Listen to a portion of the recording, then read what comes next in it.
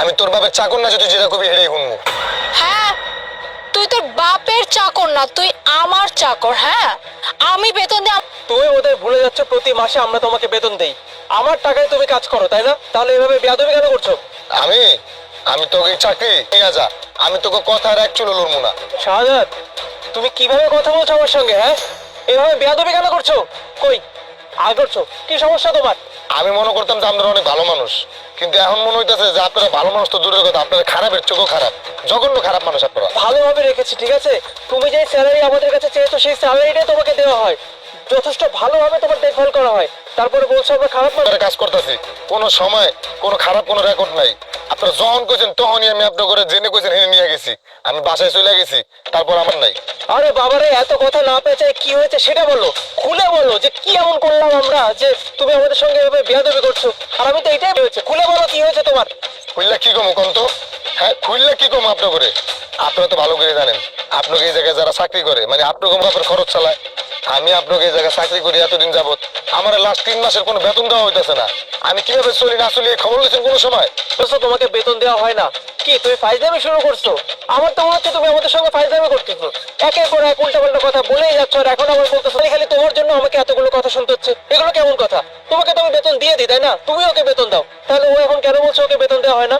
নাকি বেতন তুমি বলতেছে, তুমি বেতন দেওয়ার সাথে সাথে তোকে আমি বেতন দিয়ে দিই, আমি কেন বেতন আটকায় রাখবো? সম্পূর্ণ মিথ্যা কথা বলতেছে আমার নামে। এবার আমি বুঝতে পারতাছি, আসলে আমারে কইছে, তারপরও যদি আমি বেতন চাই আমার চাকরি থেকে তাড়ায় দিব, আর চাকরি থেকে তো তাড়ায় দিবই। আমার নাকি যে কয় মাস কাজ করছি গ্রামে, বাবা মা অসুস্থ, টাকার ওষুধ কিনার টাকা পাঠাইতে হয়, আমার এই জায়গার ঘর ভাড়া দিতে হয়, নিজের খরচ আছে। আমি আর বুঝলাম না মোনা, ওর না হয় মাথা খারাপ হয়ে গেছে, তোমার হয়েছেটা কি? চুপ করে কেন আছো এভাবে? কোনো একটা জবাব তো দাও, তোমার হাতে আমি তো টাকা। আপনি ওনার কাছে টাকা দিয়েছেন, উনি এখন আপনার লগে মিছা কথা কইতাছে, উনি এখন আপনার লগে অস্বীকার করতেছে। আমি 3 মাস আগে ওনার কাছে গিয়েছিলাম, দিতেন। এই কিসের বেতন? হ্যাঁ, কিসের বেতন? মাস শেষ হয়েছে যে তুই বেতনের জন্য পাগল হয়ে গেছিস? ম্যাডাম, আমি তো আগেরও 2 মাসের বেতন পাবো, এই জায়গায় বহুদিন যাবত কাজ করি, এর আগে তো এরকম সমস্যা নেই, কিন্তু লাস্ট 3 মাস যাবত আমার কোনো বেতন টেতন দেওয়া হইতেছে না। আমার তো পরিবার। চাকরি তো যাবে যাবে, আর বিগত 3 মাসে যে বেতন পাস না সে বেতন আমি তোকে দিব না। আচ্ছা ঠিক আছে, আমার চাকরিটা নিয়ে না, আমি চাকরি করতেছি, আপনি তারপরে এখানে চাকরিটা করা উচিত নাকি এই চাকরির কপালে লাথি মেরে অন্য জায়গায় যাওয়া উচিত? আমার বাবা মা সংসার কেমনে চলবে এই চিন্তায় আমি বাঁচি না। আমি আপনাকে তোমাকে তার মানে ও এতক্ষণ যে কথাগুলো বলছিল সেটাই ঠিক? আরে আমি প্রতি মাসের 1 তারিখে তোমার হাতে টাকা দিয়ে ওকে দেওয়ার জন্য মেরে খাচ্ছ, আল্লাহ তোমাকে মাফ করবে? এই যে প্রথম প্রথম আমরা যখন গরিবদের টাকা মেরে দেই না, নিজেদেরকে খুব মহৎ ভাবি, মনে করি যে আমরা কত বড় একটা মহৎ কাজ করে ফেল, মেরে দিয়ে তুমি কি এমন মজা পেলে বলো তো? আমি কি তোমাকে তোমার প্রাপ্য টাকা দেই না? যখন যা চাও তাই কি দেই না? হ্যাঁ আমি মানছি তোমার হয়তো মাঝে মধ্যে একটু টাকা সেই টাকাটা তুমি নষ্ট করলে কেন মোনা? আর এদের টাকা মেরে দিয়ে তোমার লাভটা কি?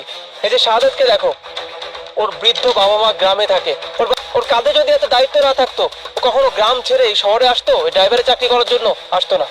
যেই মানুষটা তার দায়িত্ব পালন করার জন্য এত নাটক করলে আমার সামনে, মানে আমি তোমাকে বিশ্বাস করছিলাম আর তোমার হয়ে ওর কাছে সাফাই গাইছিলাম যে না আমি প্রতি মাসে 1 তারিখে তোমার ওয়াইফের কাছে বেতন দেই হচ্ছে প্রতি মাসে 15,000 টাকা করে, 3 মাস হয় 45,000 টাকা। এই সামান্য 45,000 টাকার লোভ তুমি সামলাতে পারলে না? 45 মাঝখান দিয়েই এদেরকে তাদের বৃদ্ধ বাবা মা এদের সন্তানদের দায়িত্ব নিতে হয়, আর তুমি কি করলা? সে টাকাটাই মেরে দিলা না? সাদাত, নিজেকেই লজ্জিত মনে হচ্ছে যে এমন একজন মানুষকে আমি তোমার টাকা দিয়েছিলাম যে কিনা আমাকে সবসময় মিথ্যা বলতো, তার দিকে তোমার পাওনা টাকা তোমাকে দিব তো দিবই, তার সঙ্গে সঙ্গে আরো বাড়তি টাকাও তোমাকে দিব। কিন্তু ভাই আমার একটা মিটিং আছে, প্লিজ আবার না দেন, আমি কিন্তু সত্যি সত্যি চাকরি ছেড়ে দিব। না না না, তোমাকে চাকরি ছাড়তে হবে না, আমি তো বলতেছি ভাই আমাকে একটু বিশ্বাস করো। তোর ম্যাডামের কথা বাদ দাও ভাই, তো দেখো আর এখন কেবল বাজে 2টা, সন্ধ্যা হতে আর 4 ঘন্টা বাকি, আর 4 ঘন্টা পরে আমি তো তোমাকে বলছি আমি তোমার বেতন তোমাকে দিব, একটু বিশ্বাস করো ভাই, আর প্লিজ।